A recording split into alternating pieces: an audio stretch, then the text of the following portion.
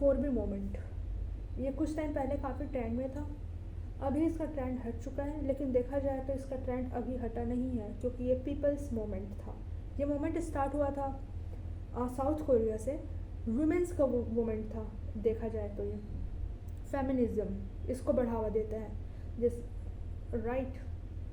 इस मोमेंट में 4Bs के बारे में बात किया गया है। 4Bs यानी कि 4 नहीं। पहला नहीं था कि डेटिंग नहीं करना, दूसरा नहीं शादी नहीं करना, तीसरा नहीं नो सेक्स, चौथा नहीं बच्चे पैदा नहीं करना। ये 4 चीज़ें थी जो वहाँ की वुमेन्स डिमांड कर रही थी। ये शुरू कैसे हुआ था? ये शुरू ऐसे ही नहीं हो गया था कि वुमेन्स को मन किया कि नहीं चलो आज मेंस को दबाया जाए तो फिर ये मोमेंट शुरू करते हैं। नहीं, कुछ भी मोमेंट शुरू ऐसे ही नहीं हो जाता है, कहीं ना कहीं उसके पीछे कुछ शोषण रहता है, एक बैकग्राउंड शोषण रहता है जिसको कहीं ना कहीं दबाया जाता है सोसाइटी में, एक बाहरी परत देकर कि ये शोषण तो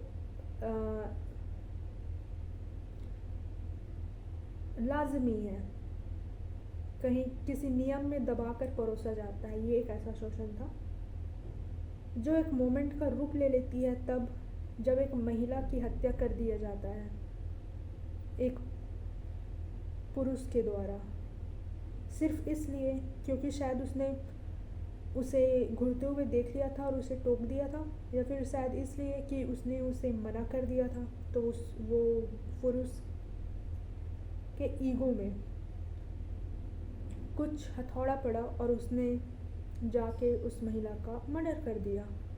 और ये इस तरह के और यह हत्याकांड, ये इंसिडेंट इस तरीके से फैला वहाँ कोरिया में, साउथ कोरिया में, कि ये एक मोमेंट बन गया। ये एक दिन का मोमेंट नहीं था कि एक हत्या हुआ और फैल गया। हत्या तो बहुत सारी होती है लेकिन वो मोमेंट नहीं बनती है, लेकिन इसमें ऐसी क्या खास बात थी कि ये एक मोमेंट बन गई। इसके पीछे जैसे कि मैंने बताया कि दबा हुआ विचार, दबा हुआ गुस्सा, एक पुराना शोषण जो सदियों से चला आ रहा है और अब भी चल रहा है। और ये सिर्फ कोरिया की बात नहीं है, ये भारत जैसे देश में भी देखा जाए तो इम्प्लीमेंट है, लेकिन यहाँ पे ये मोमेंट उतना पकड़ नहीं बना पाया है जितना कि साउथ कोरिया में। इसके पीछे कारण भी यही है कि यहाँ की महिलाएं अब भी एक बहुत बड़े हद तक शोषित हैं, और वो शोषित ऐसे हैं कि उसे एक नियम के परत में ढक दिया चुका है, एक सामाजिक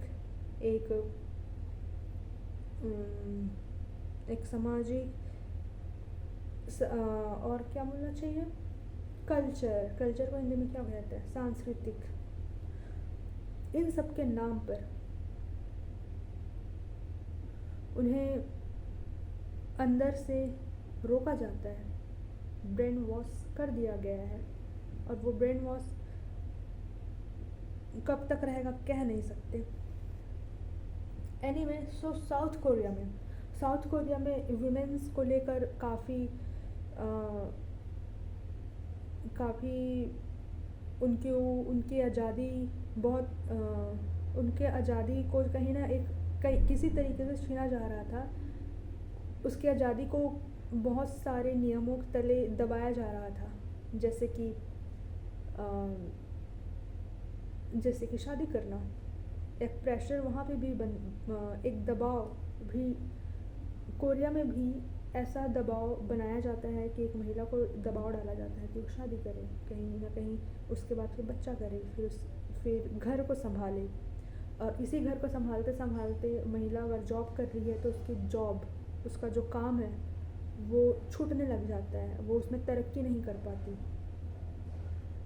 और इसका कारण समाज द्वारा बनाया गया नियम ही है। और इस बात का रियलाइजेशन वहाँ के यूथ को था, उन लोगों को ये महसूस हो रहा था कि उनके साथ कुछ तो हो रहा है। वहाँ की कॉस्मेटिक ब्यूटी प्रोडक्ट जो कि कंज्यूमरिज्म को बढ़ावा दे रहा था, ये दबाव डालना कि तुम्हें अच्छा दिखना है, सुंदर दिखना है, एक बाहरी परसेप्शन को एक कंज्यूमरिज्म, एक प्रोडक्ट, कॉस्मेटिक जो प्रोडक्ट है उसको बेचने के लिए वहाँ की महिलाएं हैं उन पे एक बहुत बड़ा दबाव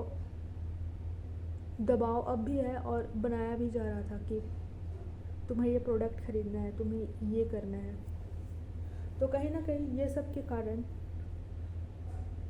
दबे हुए गुस्से के कारण वहाँ पर ये 4B मूवमेंट शुरुआत होती है और ये भारत तक भी पहुँचती है। भारत की बात करें तो ये मूवमेंट इसलिए यहाँ पर उस तरीके से नहीं बढ़ सकता जैसा कि कोरिया में, क्योंकि कोरिया में महिलाएं अब भी कई हद तक भारत की महिलाओं से आज़ाद हैं और यहाँ की महिलाएं कहीं ना कहीं देखा जाए तो पीछे हैं। मैं ये नहीं कह रही कि साइंस के फील्ड में, इसके फील्ड में, उसके फील्ड में पीछे, मैं मानसिक तरीके से कह रही हूँ, एक सामाजिक तरीके से कि कैसे पीछे हैं, कैसे एक नियम में बांध दिया जाता है और आगे नहीं बढ़ाया जा सकता, नहीं जाने देते। एक नियम, एक